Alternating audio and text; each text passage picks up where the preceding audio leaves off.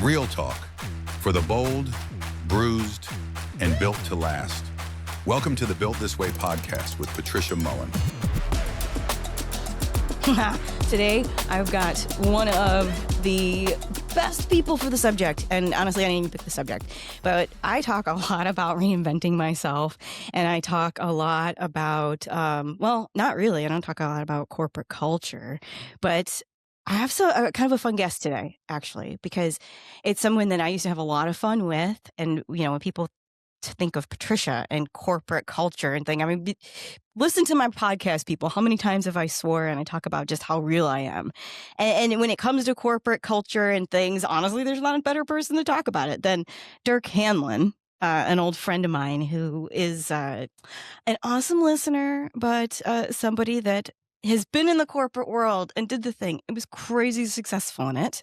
And I don't even know how old he is, but if you're watching on YouTube, the guy looks like 30 years old or whatever, but like is actually retired in that thing and then done something completely different, something fun, which is what is the dream, to do the thing that you've always actually wanted to do. And that's kind of scary shit. But he seems kind of super successful at it. So with that, I want to introduce the world to my friend and comedian and I would say artist. And I will tell you about that later on. Dirk Hanlon, everyone.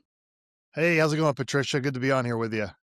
One thing you forgot, also world heavyweight champion. I got the belt. I wasn't sure if it would fit good on here, but I thought I had to show you. This is my vice president of infrastructure championship belt that I had working at Vickers. I bought it for myself, but I told people if they wanted to challenge me for the belt, they could. Nobody stepped up. That or you set expectations too high. Yeah. Right? That's what I do. How long have you been out of that role? So I retired at the end of July of 2025. Wow, congratulations. Thanks. It was awesome to be done with it. I mean, I loved working there. I really liked working there. There was some stuff kind of at the end that made it not so great, but at the end of the day, I remember the good stuff a lot more than the bad stuff, so I'll consider it a success. You seem like you're like maybe 40s. How old are you? I just turned 52. Yep. Dude, so that's crazy. You retired at 52? When like in your career, like most people are looking at 65, dear God, hope maybe. Yeah. And now you decided to do something else. What are you doing now? So I about 3 years ago got something in my ass saying I want to be a DJ. Okay, I've always loved music. I've had friends that were DJs back in the early 2000s at clubs and whatnot. And the club thing is probably beyond me, but doing weddings and receptions and parties as a DJ, I thought, I could do this. And so I found a company that would train me and help me with equipment and whatnot. And so I jumped on board with them, and I've done, I think, 15 weddings and events since last May 31st. Damn, that's a lot. So, yeah. And so much fun. So like you went from, what were you doing at Vickers? What was I had gone back to Vickers around 2021 to be their VP of operations, and we were getting the company position to sell to private equity. So Matt Tyler, who is the owner and president, sole owner, could kind of get out from under all the loans and everything and kind of try to retire a little bit. So the goal was I came back and we tried to put together a team that was going to put a company in a good position for a sale. And we were able to secure that. I think it was 2024.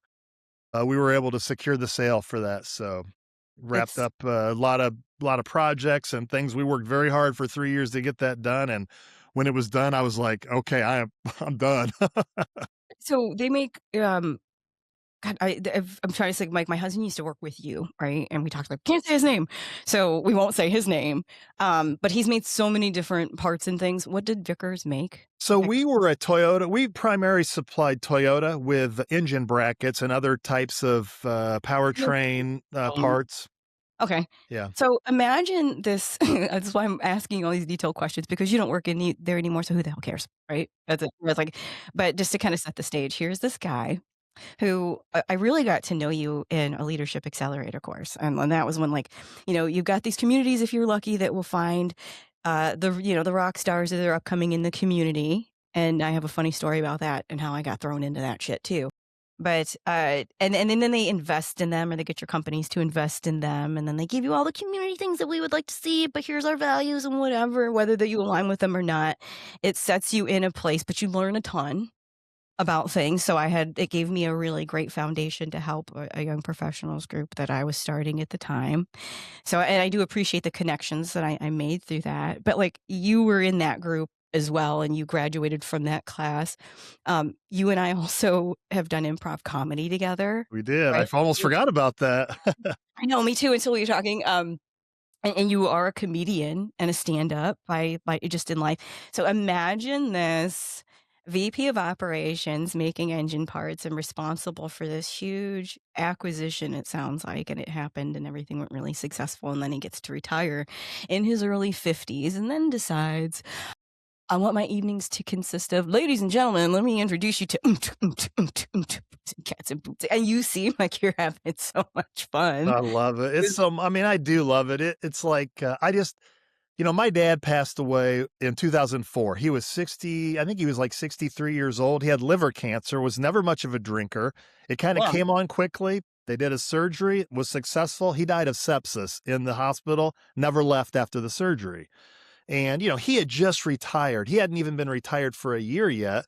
And I know that, cancer has a history in my dad's side of the family. And I thought, man, I do not want to retire and have less than a year to, have fun and relax and, enjoy all the fruits of my labor. So I thought, I want to do what I can to try to retire as early as I can, but still do something fun. Because the other thing I saw was when I worked at Delphi up in Saginaw, Michigan, worked with a lot of great people there. And there was people that they worked 35, 40 years.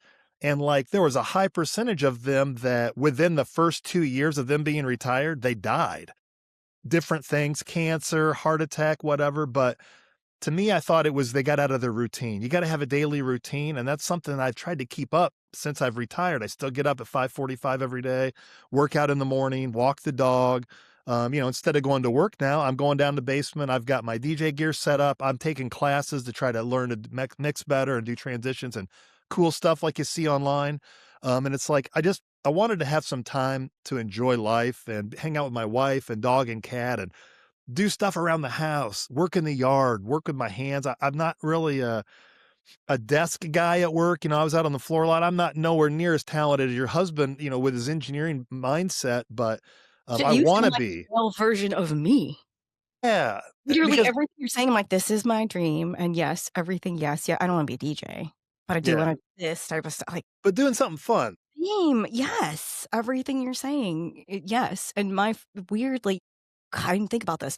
My father, same thing, tired, died right after, was building a home, his dream home. He thought that's when I'll start enjoying my life, and never got to see it built because he died of a heart attack. Actually, he died in the hospital, same. He never made it out. And that was, 30 plus years ago. But shit, like that seems like a trend of things. And, these high stress jobs when you're in manufacturing in particular, people don't think about it as a stress job, but it is, especially on an engineering side. Um, it's a stressful gig.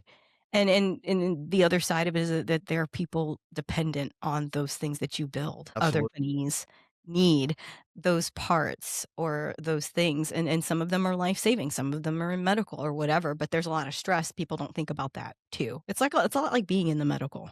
Just talking about like the immense amount of stress, like in a lot of corporate sort of positions, manufacturing positions, with what it does on your body. Like, at 65, no, you're not at the end of your life and you're not old. And retirement doesn't mean that you should just be done and be done with your life. I mean, people are planning for decades for that moment of when I'm going to do the thing, when I'm going to go buy the place in Florida, or when I'm going to go fishing or whatever. And the reason that we were in the purchasing of trying to find our own business in such a hard place is I wanted that too sooner for my spouse.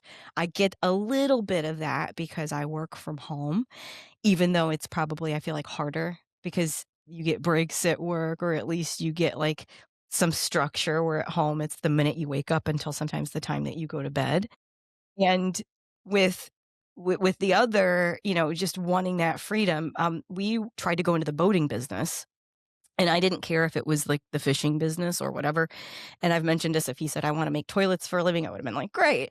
But the reason is I wanted to get to the coast in some way because we really enjoy boating. Tomorrow's the day. Our boat is done. I don't want to jinx it, but I'm like, actually, secretly, because it's been 4 years since I've been on my actual boat that we bought, and just from engine issues and things. But like that's our dream, and we kept saying one day when we're in our 60s, we're gonna move to Florida or to the Gulf Coast down to Alabama or whatever. And then like God, the universe, whatever you want to call it, was like, bitches, you're gonna go sooner. And like we just kept getting opportunities that got us closer and closer. And now I lived literally 10 minutes away from the Gulf. So I don't have to buy a boating company to like do that Right. stuff. Nice. And turns out he actually has a gig that he likes. So that's great. We get both. But that was why I wanted to do that. So that we didn't have to wait until we retired. Us being in our 40s, mid 40s now, can actually live the lifestyle of that and then accelerate that by either selling the company or whatever. But me now working for myself and having to start that in my 30s, it's no secret that I was kind of like ejected into that.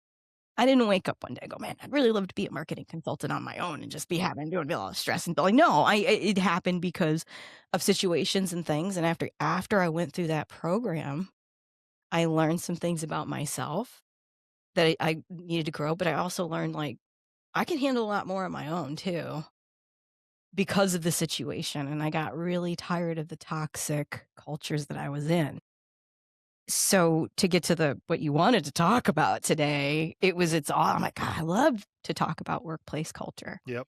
because you have the ability to change someone's life and their career and enhance their most of their experience throughout the week. We're at work most of the time and we do it to enhance our lives. Yep. But one person, one thing can completely derail an entire organization. Or change it for a positive. Exactly. Absolutely. And that's something that I don't think people understand. And I can't believe how many leaders, high level leaders in manufacturing don't understand how important the culture is. And I won't use any specific previous employer, but I You worked at already some that were great. I worked at some that they did not foster the right culture. And I wasn't at those places for very long because at the end of the day, I'm the kind of person that wants to have fun at work. Okay. Sometimes appropriate, sometimes not. One way or the other, we're going to have fun because I feel like people that are having fun at work are going to show up every day. They're going to give 100% effort. And that's what I want. And if I can't have a workplace that's going to be like that, I'm either going to make it that way myself or I'm going to leave and go somewhere where I can. You're not wanting that because you're a clown. You're wanting that because you're a high performer, and we need that. If I'm going to pour something into it and I'm going to be away from my spouse or my home or my dog and my cat, I want to at least be in a place that I enjoy being at where I can also help elevate other people's attitudes and their lives. And you're a super connector and an elevator. And that's why we connected. I mean, we did improv comedy together. You don't do that because you hate making people smile. Do it because you want to do that. For me, I didn't have enough of that in my day to day. So that's why I would find those type of opportunities for acting, just to be able to make a fool of myself, to be able to feel like I could joke around and it was celebrated. Not that you should be walking around and it'd be a complete like workers' comp, accident waiting to happen. But there's got to be a secret sauce into the fact that that's your beliefs and those are your foundations, and look at where you are. Yeah. And a lot of it, I think, came from, my background in sports. I grew up, my dad was when I was born, my dad was a middle school science teacher and he coached football, wrestling, track. And as I grew up, obviously I was at a lot of sporting events. So I became a pretty good athlete. I was very blessed with a lot of abilities and, I like to perform. Okay. And I found that out. And that one of the things I loved about Leadership Accelerator is that we really learned a lot about ourselves. When you talk about emotional intelligence and things like that, when you start learning about yourself, that's when the world opens up and you're like, oh my God, I get it now. I like to make people happy, laugh, amazed at what we're doing. And, so when I finally realized that was kind of who I was, that's when I hit my stride and started making some bigger moves, both in like personal life and at work. You've done some pretty brave ones too. I mean, especially when you're in that sort of box and people expect you to, be one thing. I don't think anybody would ever look at you and think, oh, but you have a really good way of separating the two. One was I brought up Dirk's dick drawing page. And so, we're back in, these different groups and, and you've seen different like chamber events and things. And secretly I'm like, because I'm laughing at the stuff online. Well, and I got to But give you a compliment too, because oh, you referred to it as a dick drawing page. That's exactly right. When people say Dirk's dick pic page, I'm like, wait a minute now. I'm not sending a bunch of dick pics to people. These are cartoon no, drawings. there are dick pics Yeah, that I draw. they're They are, drawings. So they're cartoon drawings, you know. I don't know if it's even live. I haven't seen it in probably a decade. I mean, literally, but I mean, it used to be one thing where I was like, oh, what's going to be the dick of the Well, day? the style hasn't changed, if that's what you're wondering. Are you, are you still doing them? You know, I don't really, but the funny story is back when I went back to Vickers in the VP role that I'm still managing this artist page on Facebook.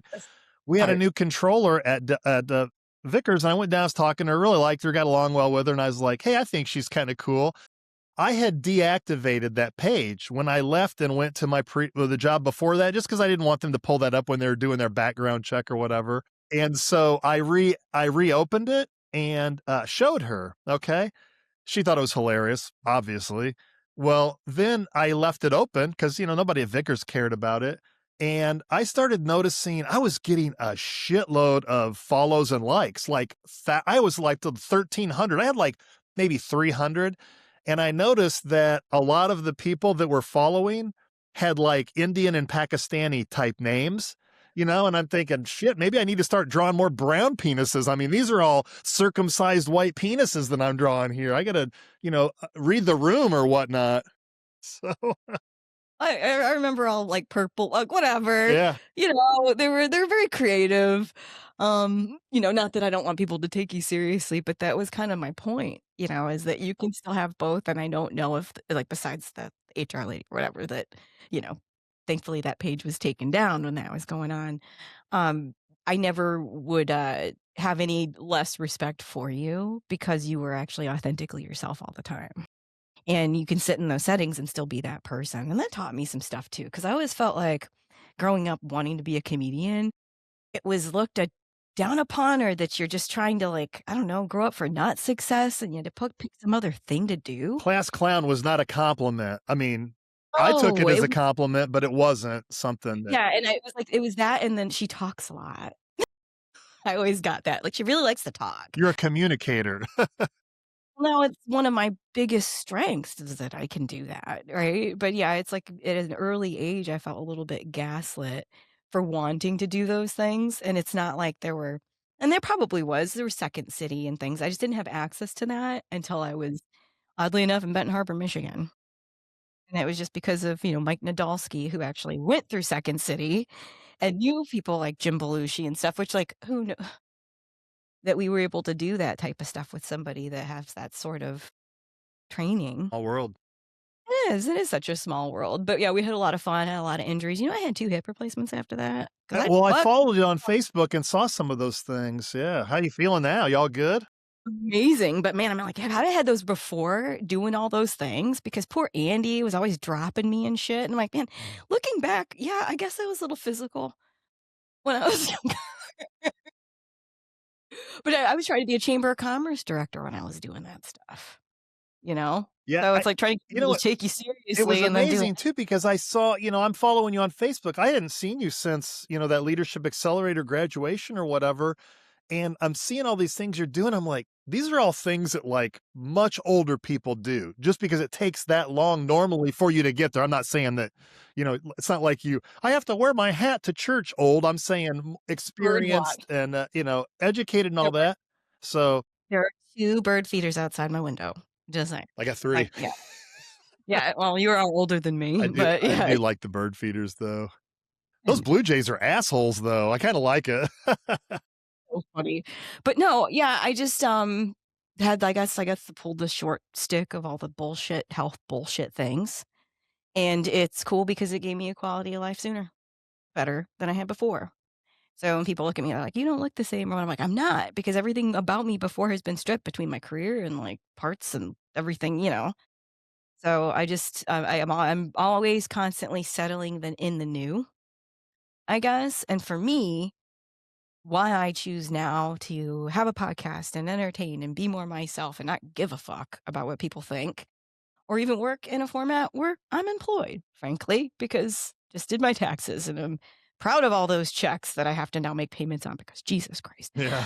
But, it's there's a freedom to it because I get to do those things. I get to wear whatever a t-shirt I want to work. I don't have to worry about the downside of that.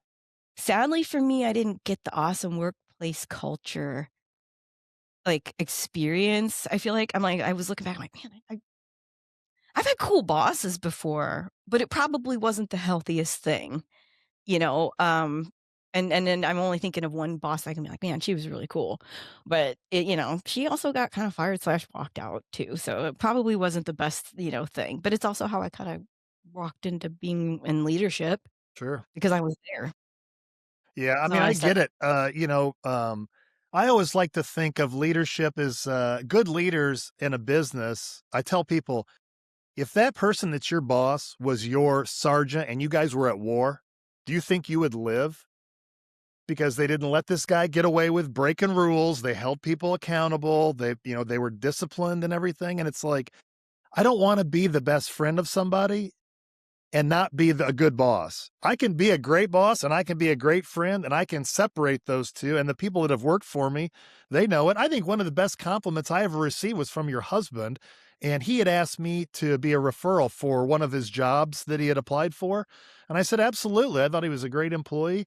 And, he said to me, you were one of the best managers because you were like a real person, but you still knew what the goal was and what the target was. And you kept kind of people headed in that direction. That was a great compliment because to me, the best compliments come from the people who are doers, not the people that are overseers. So like when somebody like him has all this awesome background, all these talents I wish I had, gives me a compliment on something like that, it goes a long way. And it always has. And that's why I always try to, do what's right for the people, all the people, not just the people at the top.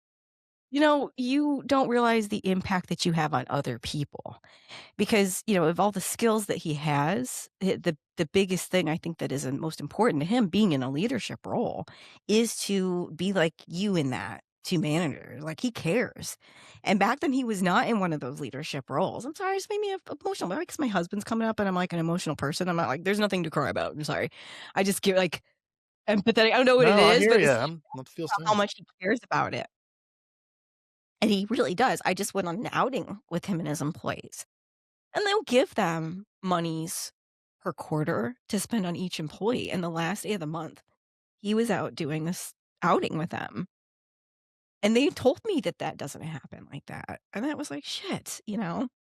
So when you do those types of things and someone brings that up to you, you don't know the impact you had on him because Well, he hasn't had a lot of good managers. I can say that because I'm his wife. yeah. Well, when my dad passed away, there was a lot of people that came to the funeral. He was a teacher and a coach for like 30 plus years. And a lot of people from around the country that just said, your dad made such an impact in my life. And I felt like I wanted to come back and honor him. And so that was that was great for me, not only to hear that, but my dad was a great man. My mom's a great woman and she's still around. And they both, I wouldn't be the person I am today if it wasn't for them. I'm not talking about the Dick Drawings mom in case you watch this podcast. I'm talking about, empathy for people, being the leader for that team that's out there. I like to think of myself, I'm the sergeant that's out there in the field, and whether these troops live or die is on me. And that means a ton to me. And, so when I make a decision that maybe one person doesn't like, I hope they understand I'm not doing it to be a dick. I'm doing it because I need to take every one of these troops home at the end of the day. There's a immense amount of care in that. And at the end of the day, a company is going to have challenges. That's why there's all these people in place. If everything is going so great, you're not going to need the amount of people on a team to accomplish the job and the goal.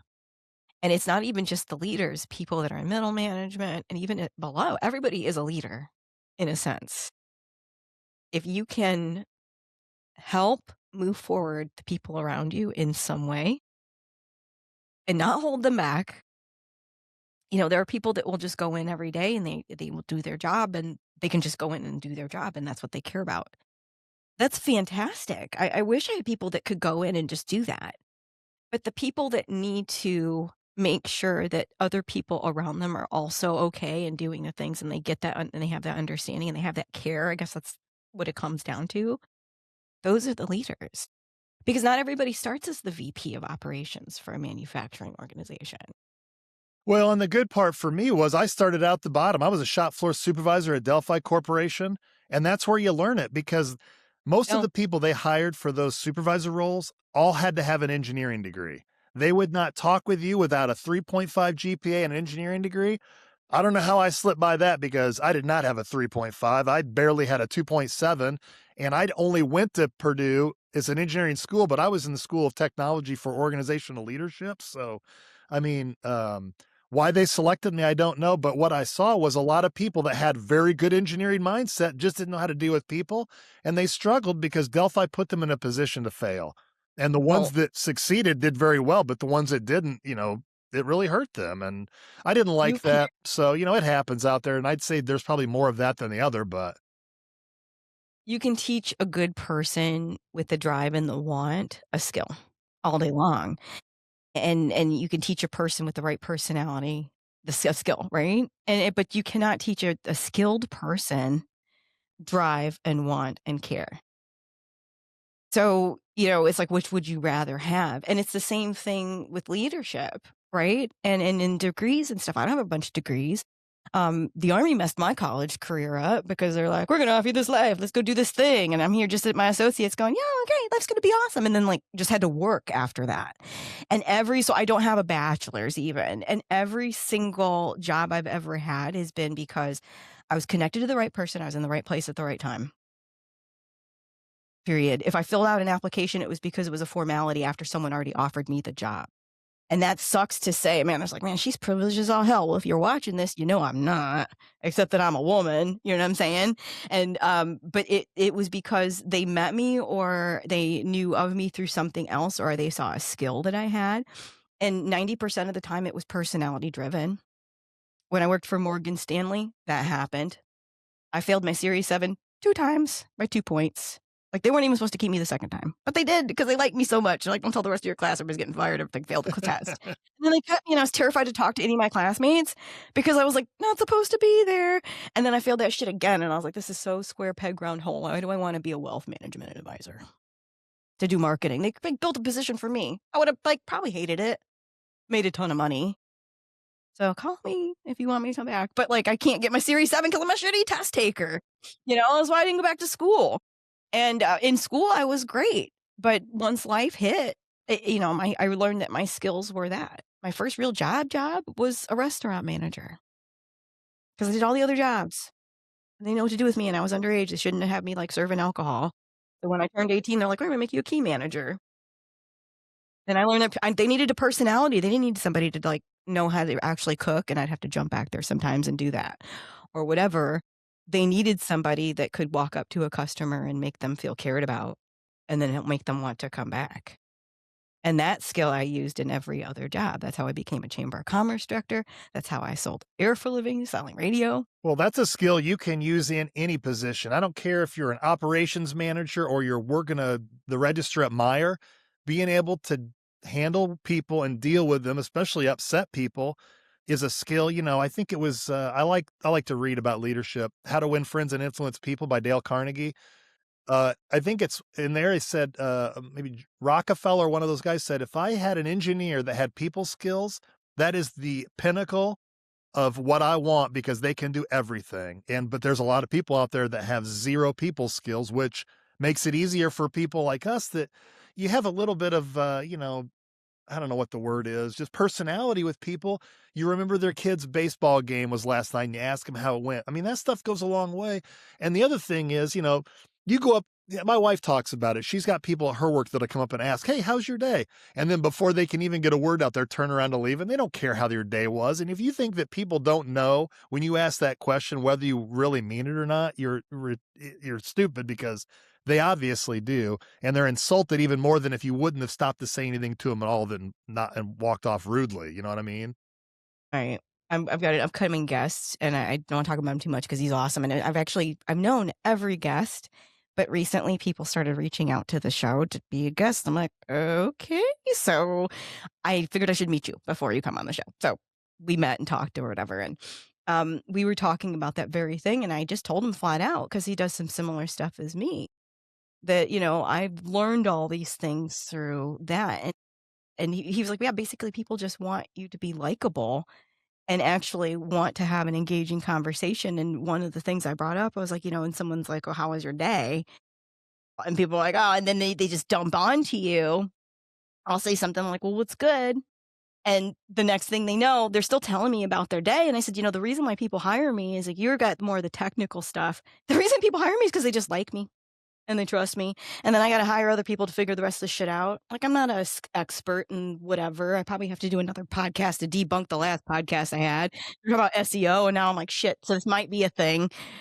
I'm an expert in solutions, right? And people. And I will listen to them talk about their kids being shitty or whatever, on top of the fact that they have other issues or employee issues or problems. Sorry, my chair just did something weird. And then when I can wrap all those other things up into what I do for them, all that stuff that we learned before kicks in. I'm teaching people about crucial conversations when they talk to their employees. Like, look, just get your points across. As long as they can get what they have to say, there's no win in this. Like, it's not a zero-sum conversation, right? Yeah. So it'll get I'm like coaching them on things that I was coached on. And so for, as much crap as I can give previous employers, there was a little bit of care, arm twisting, pressure, whatever, because I did get in those groups. I did get in those classes. And organizations that will invest in their people, there's a significant difference in the people that do come up and stay in those companies and help and affect other people, and the companies that don't, because they're looking at, it's $2,000 or $3,000. They're not looking at the long game of it. Yeah. I don't know how many people Vickers has sent through or my previous company has sent through, but there are values in those things because it's not something they're teaching in college. And half the time, back to our thing, like, who the hell's finished college? No doubt. I mean, I knew plenty of people with master's degrees that are idiots, My so husband finished college, and yeah, I mean, we have people that have worked with me before that have master's degrees, and I'm teaching them shit. Not to say that they're invaluable, but life experience, people experience, leadership experience goes a hell of a lot more farther with me now, like this conversation, because you do have all that stuff. You have cut your teeth on so much stuff. well, and I almost feel bad retiring. And my wife has talked to me and says, do you miss it? I said, I don't miss the last role that I had, because that program manager role was a very critical role for Vickers, but I didn't really have many people reporting to me, and I don't need to have people reporting to me to seem important, but I do like to impact people's lives in a positive way, and it seemed like there was less of that I was going to be able to do in that role, and it was time to kind of move on anyway, but I don't understand how so many, again, owners of large businesses don't understand the importance of culture and leadership and what real leadership is. I see people making decisions. The decision doesn't make you a leader. The title manager, as you know, doesn't make you a leader. And it was good in the Leadership Accelerator to be around other people that were looking for the same type of ways to influence the people around them. And, in one of those books, I think it's probably the 10 Laws of Leadership, or one of them, it says, if you can't influence people, you can't be a leader. And I had supervisors that worked for me at Vickers that they were super people. They were great people, not good leaders, because they couldn't go up to an employee and say, hey, you know what? You had some issues yesterday. Let's talk about them. Because they felt like by saying that, what the employee is going to hear is, hey, you fucked up and I'm going to kick your ass over it, right? That wasn't how I portrayed it. That wasn't how I wanted them to say it. But sometimes that's how they took it. And, at the end of the day, even kids want boundaries and rules. And you can see what happens when they're not provided that by their parents. It's a shit show. And that's why half the people that are graduating high school these days aren't even fit for working a, basic job, because they don't show up on time. They don't know the basics of it. I mean, I could go on and on about parenting and teaching and all this stuff, but you're going to have good leaders even more in the future, because you've got worse followers now, because they were never taught how to be a good follower by a good leader. So we keep surrounding this entire conversation around leadership, and literally that's it, because it does literally stem from the top. And the thing that I think that what I noticed about the Leadership Accelerator program is that everybody that went into the program for the most part did not end it either in the job that they were currently in or shortly thereafter left the companies that they were at. And my guess is because it pisses you off to realize that you're more emotionally intelligent than your boss, or that you're in a place that all these other things aren't going to change, because we're in conversations and we're having some pretty damn like real conversations about things that are going on in the workplace. And if someone's asking a question about something, you know why they're asking that question. And so then all of a sudden you would see them, and then those people would elevate into different things. So it's great for that. You can't just send someone to a leadership accelerator or do an employee outing or hire somebody to come and do a training and not actually live and breathe and implement it. You cannot do a leadership accelerator sort of program if the actual leader itself has not been through the program himself, because they don't know what the fuck is going on. The only thing that they know is that, oh, well, you're supposed to be a leader. Well, then that's a really dangerous thing, I can tell you, to out leadership the leadership. Ugh. I'm now self-employed, just saying, because it's not something that you want to do, especially if the person that is actually in charge of the tone and the direction and the pace of the organization, where they follows. And it's not just about culture as far as how everybody feels, and do we have music in there in the offices, and do we do outings and things like that. It's about decisions that are made. It's about accountability that happens. It's about what's allowed within the different interactions with all the different staff, right? And they don't look at that whole entire picture. They think, oh, we must be okay because we've got these things, and these things. How do you know you have a great workplace culture? As you look at your turnover rate. Do an anonymous survey. People Companies, don't. Jobs they like. yes. I mean, companies are afraid to do an anonymous survey because they're afraid of what they might see. Oh, Those answers yeah. are what's going to fix your culture. Yes. It's like, there you go. And people don't want to see that because they don't actually want to implement the things that make them have to look at themselves or change. And it's usually because there's decisions being made or things that are being allowed or whatever those things are, if there's not accountabilities. And I'm just going back to specific examples and all the different roles that my husband had in the past, of things that used to make him come home and need a glass of bourbon when he walked in the door. And it wasn't usually because of other people at his level. It was usually decisions that were happening above him that were affecting everybody else. So even if the place was beautiful and spotless, and they, made sure that they did, donut days and all this other whatever, nobody cared, even if people were making really good money, because at the end of the day, they weren't allowed to finish and do the job. And that's the other thing. People need to be empowered to do their jobs. That is a culture thing.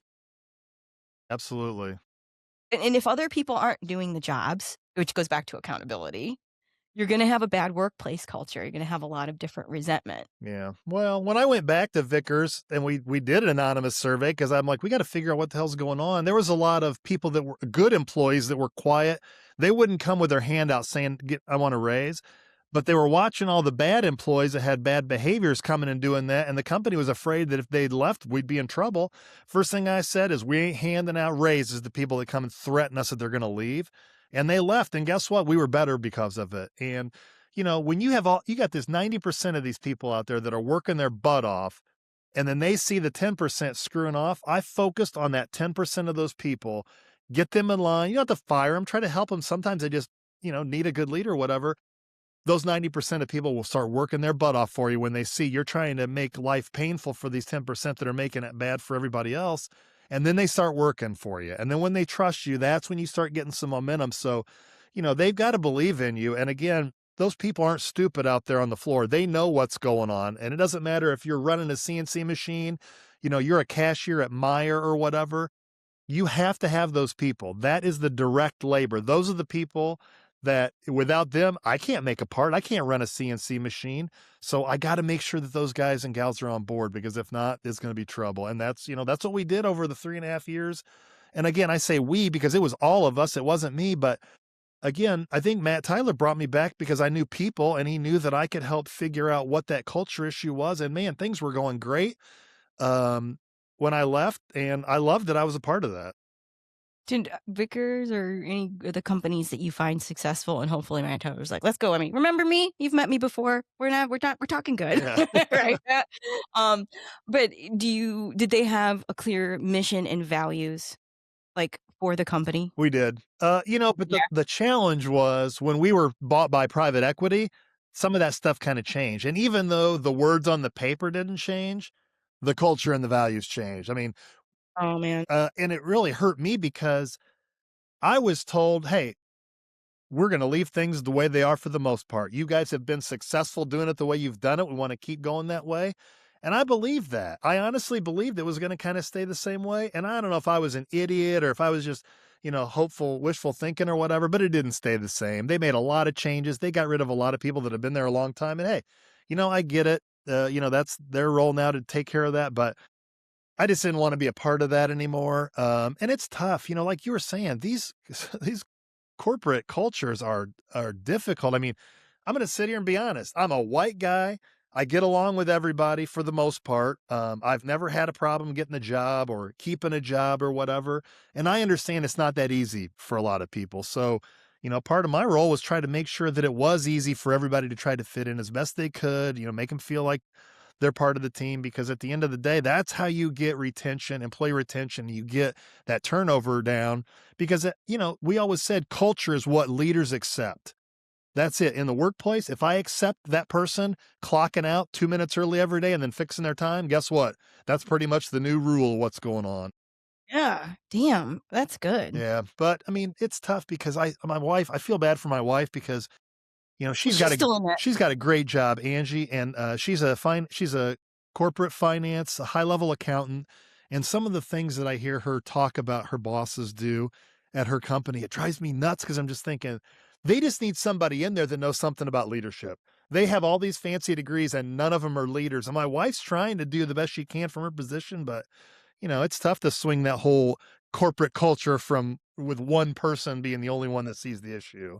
There are consultants out there and people that go and they do the training, and we both know a lot of them, and they can teach it to mass groups.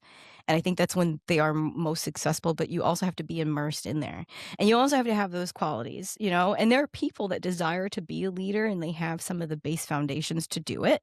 They just haven't had the opportunity to be actually in the role. So they have these qualities that they are, they want to be successful. They show up on time. They are the example.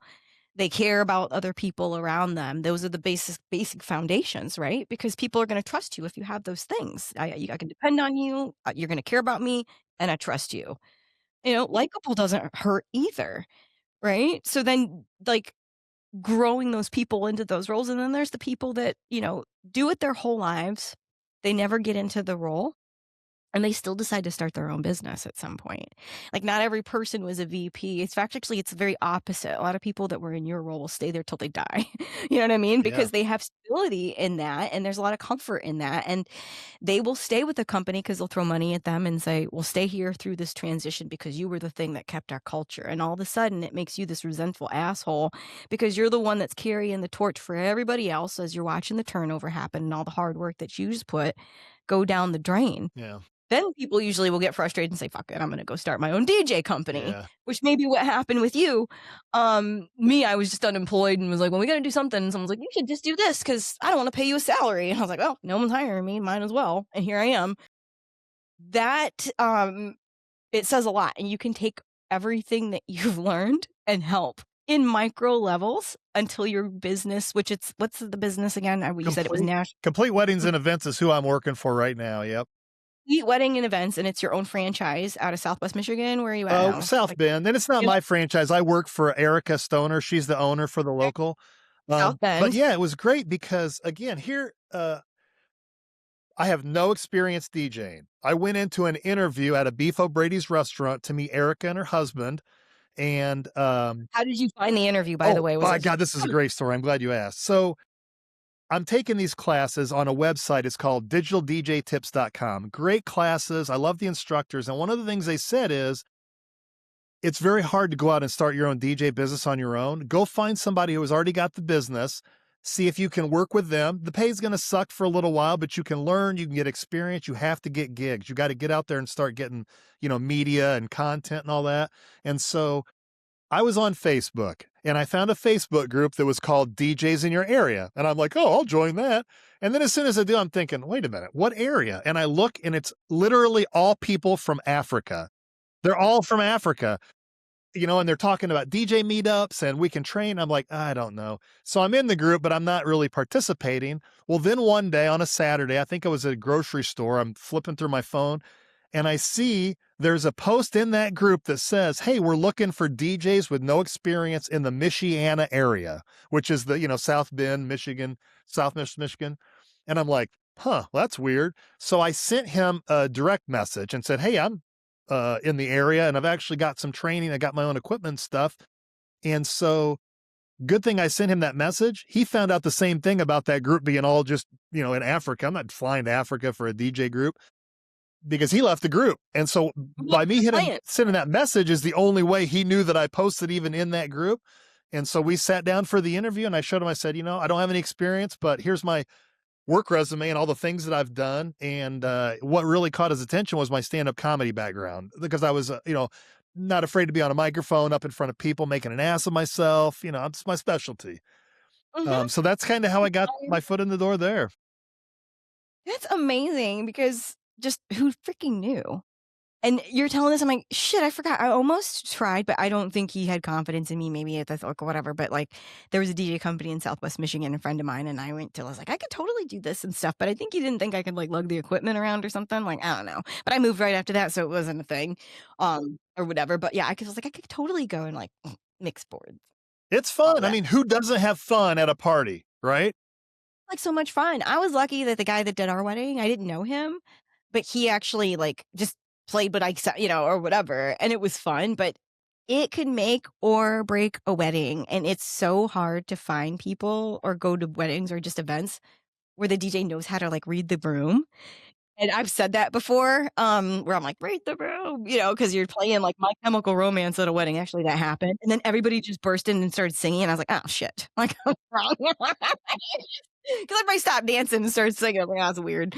But yeah, it's those memories are forever, like, are everything. Yeah. And you're getting paid to party. Well, and that's the thing too, is like, I don't listen to the radio. I listen to like, podcasts. I listen to comedy stuff.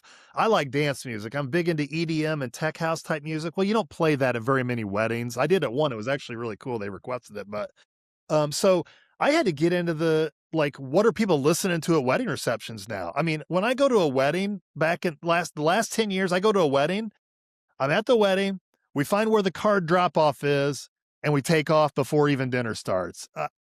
I'm an early morning guy now. So it's like 9:30, I'm in bed. So now I'm like, okay, now I got to start watching YouTube videos of wedding receptions to find out what people want to listen to at weddings. All night and stuff. So like, how does that work though? Like, what is it? Just weddings that you're doing? You doing other events? Like, did last year. I did a 2-day anime Comic-Con. So it was like, 10 hours a day of nerds walking around in costumes, and it was cool because I'm a comic book fan from back in the day.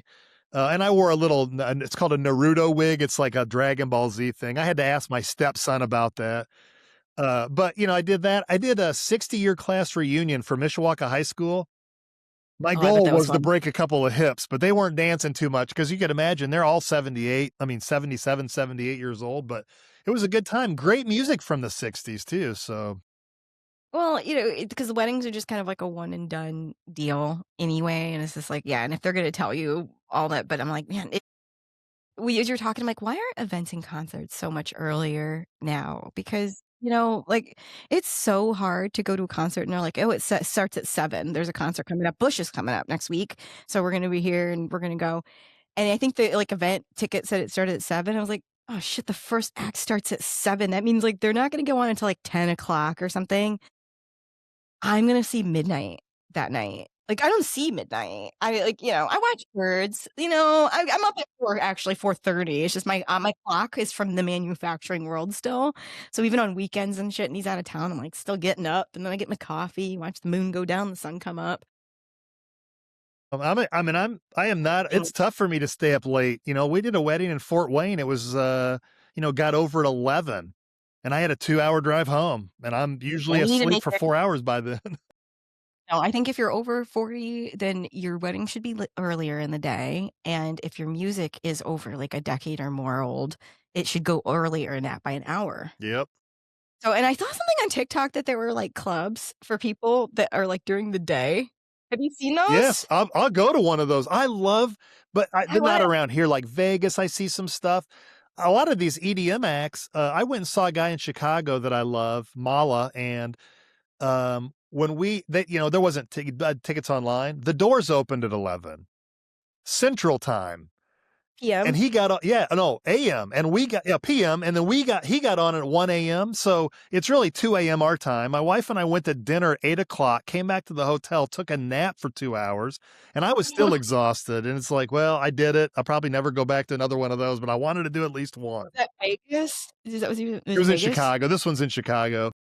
Chicago's a whole new animal. I feel like Vegas. And I went to a rave when I was like 18, but it was in God, I feel like it was like Centerville, Michigan. It was like somewhere in that like area, maybe like Indiana border-ish, whatever, because I out there is kind of where I grew up. And I went with a friend of mine, old friend of mine or whatever, and did not do anything. So I was like the sober person. So was he. Weird. Yeah, he took me to a rave and like we were just kind of like down. He was a fighter, so he was like trying not to do anything like Oh, okay. with body, and I was terrified of all things drugs at the time. Anyway, Right.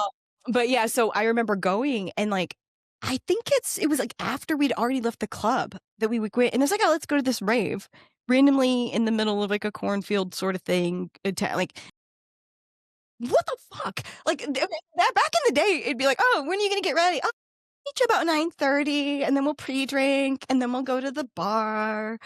What? Yeah. Like, shit. If my friends came over at 9:30 at night, I'd be kicking them the fuck out. Like, no, please don't. In fact, if you come over, please leave by like 8:30. Yeah.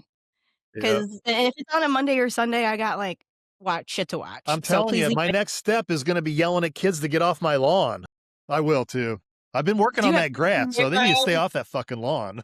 My husband is serious about grass, and I can totally see us do. But like, I don't know, we've got kids that will come around to our house, and I quite enjoy it when they run around. I don't have kids, so it's like, oh, look Yeah. what's happening. There's random stick piles everywhere, and they're making little. I don't know if they're gonna burn something or whatever, but it's cute. Yeah. It's cute. So then they go home and then they pick it up and. Whatever. But the This was thing that we talk about DJ stuff is I still get to be a leader because I'm leading that party. The thing I've learned about wedding receptions and, brides and grooms, oftentimes they don't hire anybody to coordinate their wedding. They've got a sister who's also a bridesmaid who's trying to coordinate this thing.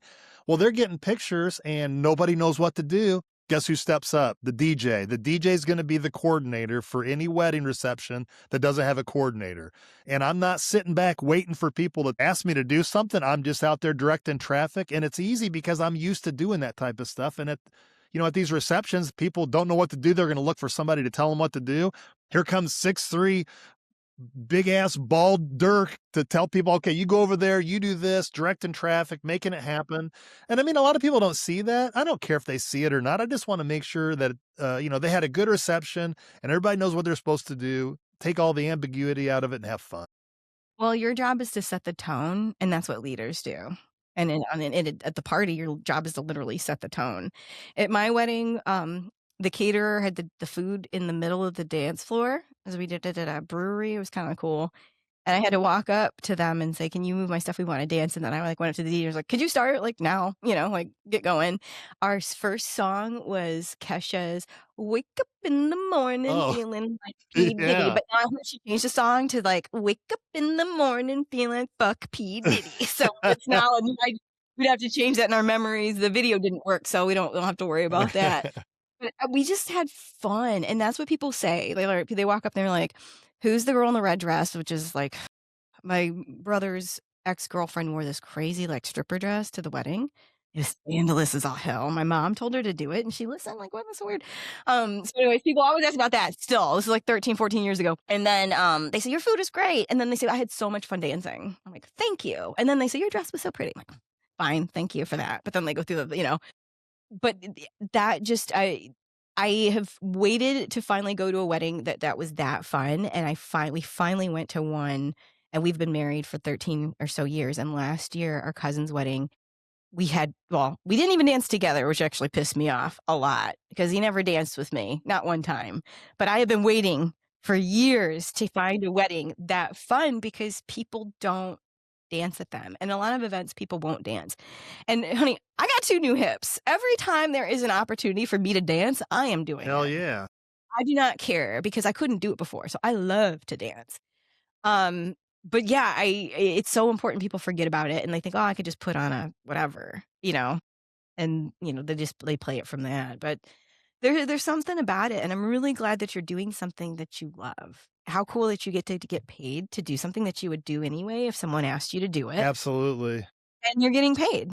It's awesome. And it's a great time. I mean, I've always had things in my life that were great conversation starters. Wedding DJ. People always want to be like, "Oh, what's that like?" And I can talk to them about it and stuff. And it is fun. And that's one of the things I've always, like I said, I always want to have fun what I'm doing. And, it's nerve wracking. I still get nerves. And, I did stand up comedy for like 6 years. I played in, Big Ten stadiums and all that, but I still get nervous before weddings. But the butterflies tend to leave a little bit quicker these Do you days. still do it? Do you still do the comedy? Not really. I still like to write, and I put stuff on Facebook and things like that. And I'm just so lazy. That's the thing about it is I'm just so lazy. Now that I'm doing the DJ stuff, I'm not writing comedy as much anymore. And, there's always the urge to want to tell a joke over the microphone at a reception, but I've told myself, don't do it. Don't do it. They're not going to like your jokes, Dirk. They're probably not going to like your art either. Long as you don't put it on a screen behind you at the wedding. Yeah. It's like, I create my own slideshow for the bride and groom, and it's a bunch of dicks that just kind of scroll. Although that would be really funny. I don't know if my in-laws would appreciate It would be that. done tastefully. I mean, they're, Dress dicks, yeah. they got little tuxedos on, dresses and what have you. Oh. I think you should do the comedy thing. And I don't think it's laziness. I think it's just finding something you're passionate about, and sometimes you can just shift. And it's a beautiful thing when you can embrace that shift because people try to put you in boxes, or you put yourself in a box sometimes too. And you almost put shame to the fact that I'm not doing this other job anymore, or I'm not doing the comedy anymore. And it's almost scary to tell people what you are doing and that you are really passionate about, that they do want you to know them to know you for. And you can do the yes and thing, Dirk. You don't have to always comedy or always DJ. Right? Like, I tell people, "Well, number 1, I'm a wife and a business owner after that, and this after that." You know what I mean? Like, I can do in both, and I shift into business when I'm done recording the podcast, and then I go into modes where I try to focus on the podcast. But this for me is something I enjoy. It's my project. It's the thing that I get to help enhance other people's lives that they're not paying me to do that thing, right? So it's my outlet, my entertaining, I hope they're entertained by this, outlet to help people. And the what you're doing is the same thing too. And when you have the urge to make a TikTok video that's hilarious, or to write something, or to get up on stage, you can do that shit. Nobody's gonna be like, "Oh, I thought you were a DJ right now." Yeah, don't fucking do that. Like, no, the one enhances the other. Yeah, my 'Cause mom it's and who you dad taught me hard work is the only way to success. There's no shortcuts. And, so I use that, whether it's learning manufacturing stuff, trying to learn doing purchasing stuff for my last company, trying to figure out after never done that. DJ, never, I didn't know anything about music. I don't know music theory. I never read music. I never sang. I mean, I would sing some rap back in the high school days, but, not like, I'm just lip syncing type stuff, but it's hard work, and I think people can see that. And, at my roles I've had in various businesses, nobody ever said, "Oh, here's some guy whose dad owned the company or whatever, and he worked his way up that way." They're like, "This guy doesn't know anybody here. He came in, he worked hard. He's out mopping the floor as a vice president of operations at break time. What Yep. the hell's going on around here?" And it's like leadership by example. That's what's going on. That's it. And then those are the ones that you remember, and those are the ones that you want to emulate. And your parents, previous leaders before, they've impacted something on you, imprinted something on you, and you thought, "That's who I want to be." And that's why you got up and you mopped, Dirk. Hell yeah. Well, one of the things that a bunch of athletes that my dad coached when they were in high school. When he passed away, they brought our family this plaque, and it had a picture of my dad on it. And it was when he was coaching, he's like yelling on the sidelines. And there's a quote from, I think he was like a Greek or Roman orator and general or whatever, named Pericles, and he says, "What we leave behind is not what is written in stone monuments, it's what's woven into the lives of others." That's what I want my life to be. That's what my dad's life was, and that's what anybody's life who I've taught or tried to teach them to be a leader, that's what I want them to do, because that is what real leadership is. Well, damn, I think that's a great way to end it because I got nothing better to add, my friend. This has been a fucking Yeah, awesome good talking to you. We'll have to get together and talk more offline just because I No, miss you and guys. honestly, you need to come back sometimes too, because I feel like we can continue this and help others. So, Absolutely. how does someone get a hold of you if they're so just, "Ugh, this guy, I need him to DJ my wedding," or "I just want to follow him," or like more? DJ_Dirk at yahoo.com. Or if you can't even remember that, just Dirk.Hanlon at Outlook.com or All right, man. Dirk.Hanlon at Gmail. I've got all of them, so there's not many Dirk Well, Hanlons up. we're gonna make sure all that stuff's on there. Thank you so much for hanging out with me Thank today, you friend. for having me.